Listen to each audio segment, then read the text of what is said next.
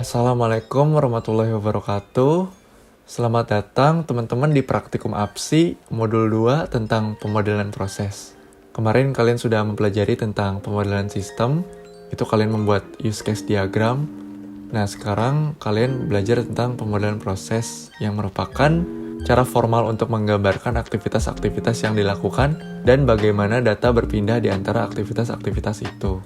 Nah, di sini ditekankan kalian itu menggambarkan gitu kan, ada proses, terus ada external entity, kalian menggambarkan aliran datanya gitu dari satu proses ke external entity atau ke proses lain gitu. Nah, untuk menggambarkan aliran data tersebut, kita membutuhkan diagram yang bernama data flow diagram, yang merupakan pemodelan suatu proses yang digunakan untuk menggambarkan aliran data pada sistem dan pengolahan data yang dilakukan oleh sistem. Kemudian di sini untuk DFD itu ada dua notasi, yaitu Gantt and Sarson dan Jordan and Coate. Dilihat dari sini, yang paling sederhana itu adalah notasi Jordan. Maka dari itu kita menggunakan notasi Jordan. Nah, kemudian komponen-komponen yang ada di DFD yaitu ada external entity. Nah, bentuknya itu kayak gini, terminator. Kalau kalian pernah belajar sistem basis data itu ada IRD ya. Nah, itu sama kayak gini gitu kan, untuk objeknya itu digambarkan dengan persegi panjang. Nah, external entity ini representasi entitas eksternal. External entity ini tidak memproses data. Nah, kemudian untuk proses, bentuknya ini kayak gini, lingkaran.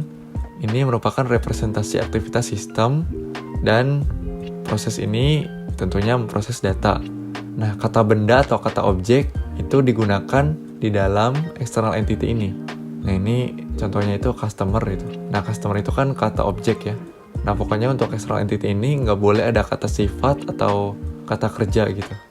Nah, kemudian untuk proses, kata kerja itu boleh gitu digunakan di dalam proses ini. Kemudian ada data flow. Nah, data flow ini merupakan representasi aliran data. Notasinya anak panah penuh seperti ini. Umumnya satu arah. Nah, satu arah seperti ini.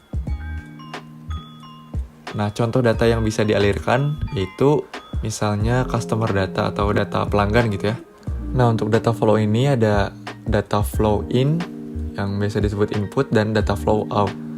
Nah, data flow in ini biasanya itu dari external entity masuk ke proses gitu. Jadi data customer ini masuk ke proses, kemudian diolah di proses ini. Setelah itu ada data flow out. Data flow ini kemudian mengeluarkan output. Proses memberikan outputnya itu kembali ke external entity. Kemudian yang keempat ada komponen data store atau storage. Nah, ini merupakan representasi tempat penyimpanan data. Notasinya itu dua garis paralel seperti ini. Kemudian di tengahnya ada nama dari data yang disimpan. Jika data flow-nya itu in, berarti diubah. Kemudian jika data flow out, berarti dibaca. Nah, selanjutnya kita akan mengimplementasikan cara membuat DFD level 1 dan level 0. Nah, jika kalian menggunakan Visio, kalian bisa menggunakan template di sini. Kita bisa search aja data flow.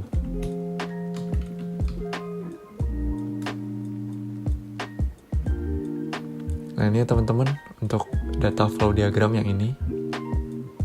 Kita bisa klik dan juga create. Nah, jika kalian sudah memiliki project Visionya, kalian bisa membuka shapes data flow diagram dengan cara klik more shapes di sini. Kemudian pilih software and database, pilih software dan centang data flow diagram shapes ini, diklik. Ini merupakan data flow diagram yang paling umum atau paling general. Nah, di sini itu tadi ada proses, ada external entity, dan juga ada data flow. Nah, pada konsumen ini terdapat data flow yang dialirkan oleh sistem penjualan laptop online. Nah, sistem penjualan laptop online ini kan merupakan proses ya.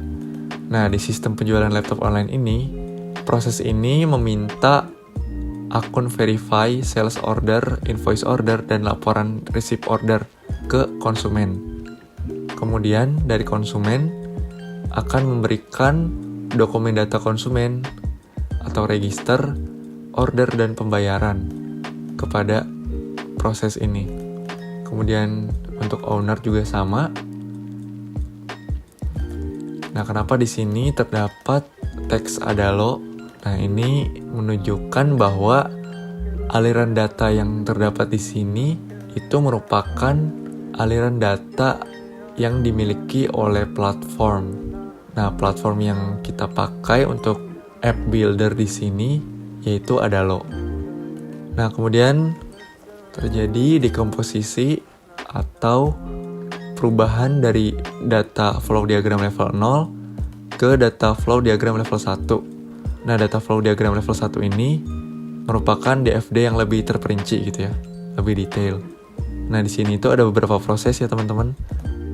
Ada 1, 2, 3, 4, 5, 5 proses yang digambarkan dan external entity-nya tetap ada 2. Nah, di sini itu sama seperti tadi ya teman-teman, konsepnya itu. Nah, proses ini merupakan pemroses data gitu. Nah, aliran data ini diproses, kemudian dialirkan ke external entity. Nah, data flow registrasi ini kemudian diproses di proses registrasi. Kemudian data pendaftarannya itu diberikan ke owner. Nah, setelah itu owner mengalirkan data informasi akun ke proses registrasi. Setelah itu, proses registrasi ini mengalirkan lagi data, yaitu akun yang terverifikasi, ke konsumen.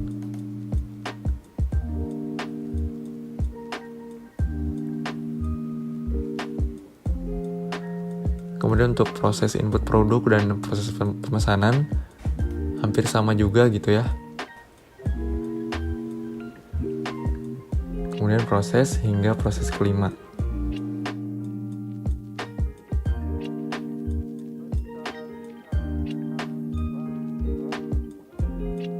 Nah, untuk lebih jelasnya, DFD level 1 ini bisa kalian lihat di modul. Terima kasih. Wassalamualaikum warahmatullahi wabarakatuh.